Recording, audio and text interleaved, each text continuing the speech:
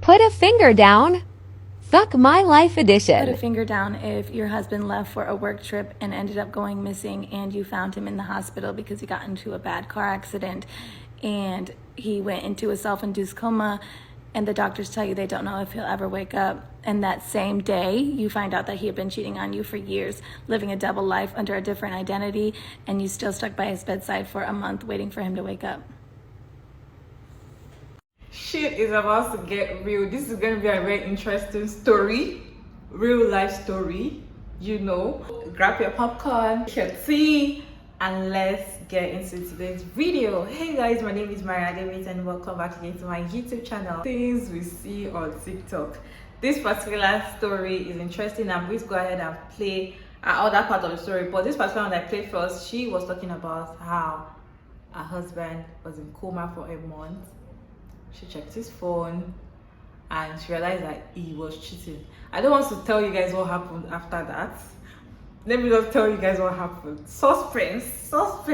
How she found out he was cheating. I'm going to put the video right now. Story time, but first I want to say that we do have 2 young kids together, so I still want to try to be respectful. My husband had left for a work trip, and about an hour into the trip, I had tried calling him and he didn't answer, so immediately my brain goes worst case scenario and I start freaking out. Hours go by, finally Highway Patrol calls me and says, all we know is your husband was in a car accident, he's alive and being airlifted to the hospital. Finding the hospital was a mess in itself because they didn't have him listed under his name. They had him listed as disaster. But so I get to the hospital and he goes into surgery because he had broken so many bones in his body. He comes out of surgery, doesn't wake up, and they discovered that he had many strokes and a very traumatic brain injury.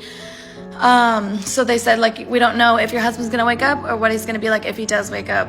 So of course I'm sitting in the hospital and start blaming myself, and I'm like, what if he was texting me when he crashed? So I open his phone. I've never gone through his phone before, and immediately pops up a conversation of him with another female on a different Snapchat account under a different name, a Snapchat I've never seen before. And so I keep looking, and he travels a lot for work, so there was all these women all over, and he was on so many dating websites under this name. But like the kids still need their dad, and like he's in this position, and you can't just fall out of love with somebody immediately. So I stayed. He woke up after 30 days. It was like a very gradual wake up. Not my proudest moment, but I confronted him when he was still in the hospital. And when he could just start talking, and he didn't even recognize himself in the mirror at this point, but like I had already waited months, and I wanted to ask him about it.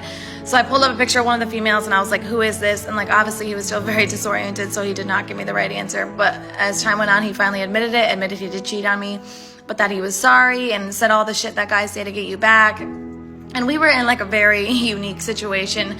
So I stayed for a few more months. You know, I literally like was there to help him learn how to eat, learn how to walk, and I literally showed him how to use his phone. Like I was the one who freaking taught him how to use his phone just for him to start talking to females again. He fell sick.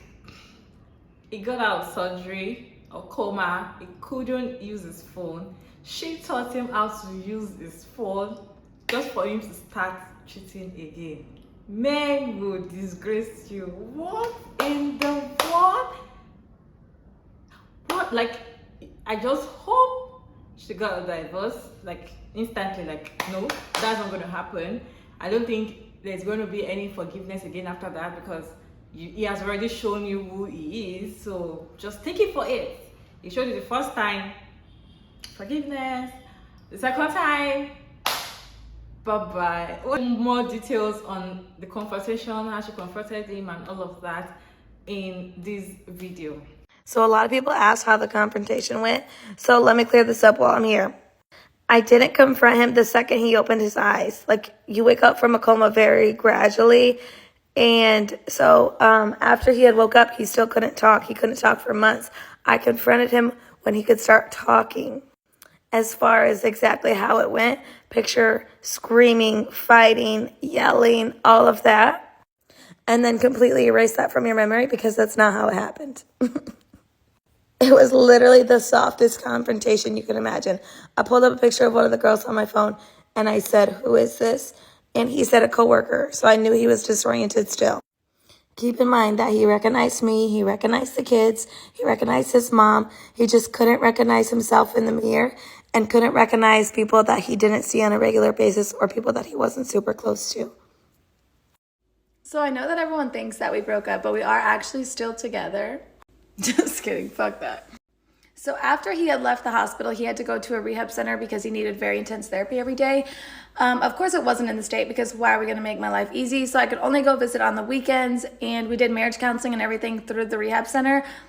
Because at the end of the day, I wanted to say that I fought for my marriage and I tried to make my marriage work. He lied through the whole thing, so it's fine. But one weekend I went up there, and of course I'm going to consistently go through his phone now, and he was talking to all these women, and he didn't even try to hide it anymore. And I don't know if it was because of like the brain injury, he didn't know how to hide it, or he just didn't think he had to, like he didn't understand what he was doing was wrong. But so at that point, I was like, okay, I'm done, like I'm calling it quits. But of course, when he needed to leave the rehab center, he can't live on his own. So guess what bitch brought him home? It's me. I'm the problem. But before you judge me, we were still separated, and I had a 3 and 4 year old every single night crying that they wanted their dad to come home. They hadn't seen their dad in months. And at the end of the day, I put my emotions aside and I brought their dad home. And it was just until his family could fly in. So his mom ended up flying in, and now they have their own apartment together. Yeah, I gave him back to his mama. But so now in North Carolina, you have to be separated for a year before you can get divorced. So we'll be filing soon, but he wants to take me to court because he wants everything we've ever owned. So just another reason why I won't get married again is because the cost of a freaking divorce lawyer, insane. I can't believe what I just like rabbit holed myself down into. This poor girl literally was just trying to figure out where her husband was, find out he was in an accident. When she finds out that he's in an accident, he's in an induced coma. When she finds out, okay, well, I just want to know, like, what was happening? Was he texting her? Like, what happened to make him go to this accident? She finds out that he has not only been fucking lying, but he's been cheating with multiple women on multiple dating sites. This is why people are losing the fantasy of wanting to be married, because people are just liars for no reason. If you want to be single and you want to do single things, be single. But instead, you're not only dragging the person that you lied to, your spouse, but you're dragging your children along into this shit. You're bringing them into a toxic lifestyle. For what? So he literally cheated on this poor girl. She forgives him because it's such a traumatic thing. Like, oh my God, not only did I find out that he was cheating, but oh my God, my husband's still sick. I love him. So she nurses him back to health for him to cheat again. That's why people giving up on love, because it's like beyond the ultimate type of heart. Y'all don't give a fuck about other people. Other people do not give a fuck about other people. Most of us have PTSD from other people. Literally, PTSD from people. People are giving other people post-traumatic stress syndrome. That's crazy. And then everybody's like, oh, they got trust issues. Yeah, this is why. That poor girl is, that's literally where these people are getting like PTSD, and then she's going to be labeled as like this crazy ex-wife because she can't deal with crazy men anymore. She don't want to deal with it. That shit is crazy. That is so, this story is beyond crazy. Beyond crazy. I pray that she gets everything good in life, and I pray that speedy recovery on healing for her and her children. And I hope he goes to hell. So yeah, that is it about this video. Thank you guys so much for watching my video to this point. My name is Maria Davis. I'm a content creator based in Lagos, Nigeria, and this particular channel is for commentary and educational purposes. Feel free to put down your opinion in the comment section, and I'll see you there. I'll see you guys in my next video. Bye.